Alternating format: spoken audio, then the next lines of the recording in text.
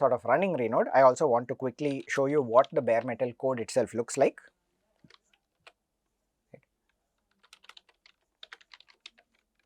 So we can see that it's a main.c program, it's a fairly simple one. The interesting thing is, remember, this is bare metal, you do not have a notion of a UART or IO or anything else of that sort. So there's no printf, scanf and so on that you can do, right? So all that we are going to be doing is directly sort of mapping a certain address, right, and writing or reading those addresses. Very similar to the virtual register demo that we looked at previously, right? So I'm not really going to spend much time on this. What matters is that the main function, all that it does is it writes the value 1 into the control register.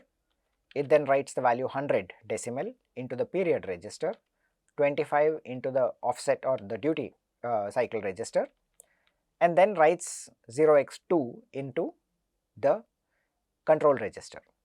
Now normally what should happen when I write this 0x2 is that I expect the behavior of my system to be such that it is a write 1 pulse, right, which basically means that it pulses the reset bit, but when I read it back it should show up as 0. However, that's not really what's going to happen over here, right? What is going to end up in our case is, because I don't actually have a smart timer, I'm only modeling the smart timer as a block of memory.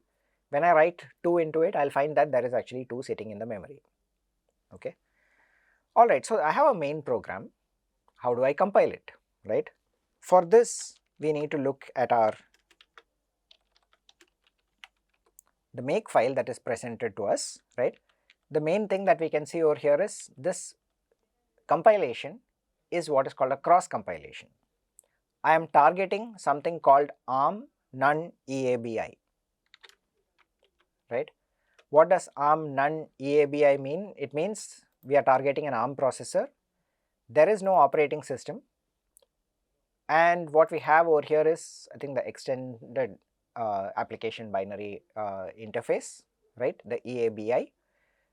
The important thing is, because I have specified this as my cross compilation option, my GCC basically becomes ARM none EABI GCC, my loader becomes ARM none EABI LD, and so on, okay? And all that this make file is doing is it's providing instructions for me to finally compile this file called bare.elf, okay, which is fine, right? What we have over here is a simple file that will get compiled. What I can do though is I also need to look at this linker script, okay? What does a linker script do? It tells how to construct the corresponding ELF file, okay? What does that mean? It basically says generate object code, but then specify that that object code needs to get loaded into memory at a specific location in memory, right? And that's exactly what's being given over here. The entry point we say is this function called start, and that the main section starts at this address 0x8000 and so on, right? Now this should look familiar, and the reason is because that is where we put our system memory.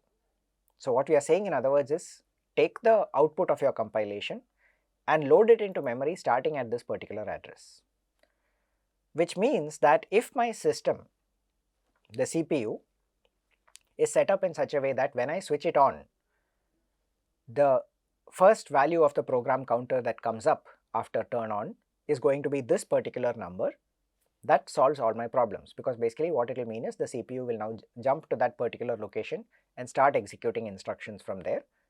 As long as I can make sure that I have preloaded this ELF file into the system, it will be ready to run, okay? Now why this particular address? Why not just start from 0? It could be done that way, right? There are processors that do start from a reset value of 0, there are processors that start with other reset values. It's partly a matter of convenience, partly a matter of opinion, right? There are different ways in which these things can be built. The important thing that matters is, whichever way you build it, finally you need to make sure that your system that you build, right, with the appropriate bus architecture, right, has memory at this point, at this address, so that it will respond with appropriate instructions that my processor can start executing. Okay, so this linker script, in other words, is going to help us in generating the ELF file, right? I am going to sort of skip over some parts of the compilation and so on over here. I have already done the compilation, so I'll just show you the outputs. One thing that is worth looking at is to actually look at the object dump, right, or the disassembly of that ELF file, right. And if I look at it, what I can see is I can obj dump minus d. I can find that a few pieces of information that are very useful for me. One of them is it says that the file format is something called ELF32. It is targeting the little endian ARM processor, and what we can see is this dot text. The function underscore starts at this particular memory location that was specified in the linker file. What does that do? Well, not much. It actually just saves the stack and then it jumps to the main function, right? And in the main function, I find that there are a few different things over here. If you go back, you can actually see that each of those MMIO writes, MMIO reads, and so on correspond to the different kinds of operations that we have over here, right? And finally, what we can see is the very last instruction at location 40, right, 8000 whatever 40, is basically a branch back to itself. In other words, it's an infinite loop. It just sort of says spin over here, right? Keep do not the program counter shouldn't increment further from here. It just sort of spins at the same location. This is a way of sort of effectively halting the processor. It doesn't do anything further at that point. Okay. Alright, so now we have seen that this ELF file also has the structure that we need. It has information that is useful for us, such as what is the starting address, how to load, and so on. Now let's go ahead and run the Renode emulator. So as far as running the Renode emulator is concerned, the instructions for how to install it and so on are already given. I am already installed it, therefore I am just going to go ahead and start it up. And what you will see when you run this executable is that it basically brings up a window. This window is called the Renode monitor, right? As you can see, the name monitor shows up over there. This is used in order to type in commands that are used to control the operation of Renode. Now as far as we are concerned, the first and most basic command that we are interested in, actually let me just exit this. So I am running Renode from the directory in which the RESC or the Renode script files are present, right? And what I am going to do is, once I have the monitor out here, I am basically going to tell it to import, right, the bare Renode script file that we just looked at, right. So you saw that basically set up a system with one CPU, a memory starting at 8 something, and the smart timer at 7. Okay. So what I do is I go ahead and load that, and in the process it basically tells me that it has created a machine, right, and down here at the bottom you can sort of see the log messages that are coming out over here. This is also useful to follow along as you are looking at it, right. For example, you can see that it basically created the smart timer, rather the system bus, right, and it also says something about loading a block of 68 bytes. That's basically the size of the ELF program that we created, right. So all of these messages, as you can see, some of them are in the debug mode, many of them are in info, right. But the bottom line is, it basically says that this particular ELF file was loaded into memory starting at this particular memory location, right. And it also says setting the PC value, the program counter value of this CPU to the same value, 8000, right. And now you can see that it's not really doing anything, right. The system has not progressed, it seems to be just stuck over there. But the interesting thing is, it's actually waiting for us. It's in a sort of halted state. It has not yet started executing, but I can observe a few things. So for example, I can ask it for the value of the program counter currently, and as you can see, it's at 0x8000, that value that we expected it to be, because that's the initial program counter value. Now the sysbus, or rather the monitor, also has some very useful extra commands. One of the things that I can do is run a command called whatisat, right, and if I ask it with the address 0, it doesn't respond with anything, because nothing on this particular bus is connected at that particular memory location. But if, for example, I ask it with this address, what is at this particular address, it returns that machine 0 has a system RAM. Now that name system RAM is the name that we used in the REPL script, right. So there's nothing fundamentally special about the word RAM or anything like that. It's just that I gave it that name in my REPL script, and therefore it shows up in this range of addresses, right?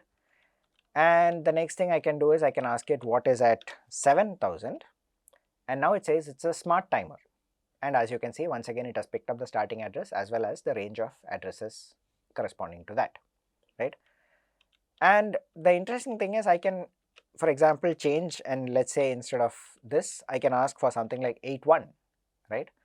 And it turns out this is also part of the system RAM, so it says that yes, it is still part of the system RAM. But supposing I go beyond that and go to something like 85, at this point there is no response because there is no hardware peripheral at this location. Okay. I can also, for example, read the values of memory locations, right? And in computer architecture terminology, this is sometimes called peek, right? So peeking a location basically means I directly go and examine what is the memory content present over there. The opposite of that would be to poke, which means that I can basically take a number and poke it or push it directly into a particular location in memory, right? So for us, we are interested in a couple of different locations. One of them, for example, would be the starting of the actual CPU memory itself. And as you can see over here, the first value that you see at this memory address corresponding to 8000 is this E3A00321. Now, does that look familiar? It should, because that's basically the corresponding code that was actually there in my ELF file. Okay. So in other words, it tells us that my ELF got loaded correctly. What if I change and try to read what is present in my smart bus or smart timer? It returns the value 0 over here. If I try reading from location 4, also it returns 0 and so on. The point is nothing has been run. I have not actually run a program so far. What I can do is I can basically give the command start, and as you will see, it immediately says starting emulation and pretty much came out of that immediately, right? This is the monitor. All that it does is starts the emulation, and any other outputs or anything else that is happening corresponding to this program is seen from other places. So anytime that you run start, it is expected to very quickly come back to the monitor state so that you can continue with other commands. Now what has happened? It looks as though nothing much happened, right? Because after all there is no visible output. But what we can see is if I now look at the CPU PC, I can see that it's basically showing the last location at which the address corresponding to this last instruction in my program, right? And as you can see, no matter how much you basically check over there, it doesn't change because it's an infinite loop. It has just got stuck over there, right? But now if I go back and try to read from this particular location, I find that my number, the result has changed. It has now become 64 hex, which is basically equivalent to 100 decimal, which is the value that I wrote from my C program. Okay. If I similarly try to read from the 700, I can see that it has the value 2, which technically is wrong because after all this was supposed to be a write one to pulse, but as we already discussed, right now my smart timer is a fake smart timer. It just is basically a memory block which is told to behave like a smart timer block. In other words, if I write something to it, that value will stay written over there. So in other words, hopefully this should give you a picture of how Renode can be used in order to emulate the behavior of a complete platform, right? Think about what we did over here. We have effectively created a model for this system. I have a bus, I have a CPU, I have a certain amount of memory, and I have a peripheral. They are connected according to this memory map that I have over here. The addresses are all specified as part of the system creation process. And finally, I can load in the ELF file into my system RAM and then start executing, right? So all of that is handled by Renode in a sort of fairly clean, transparent manner.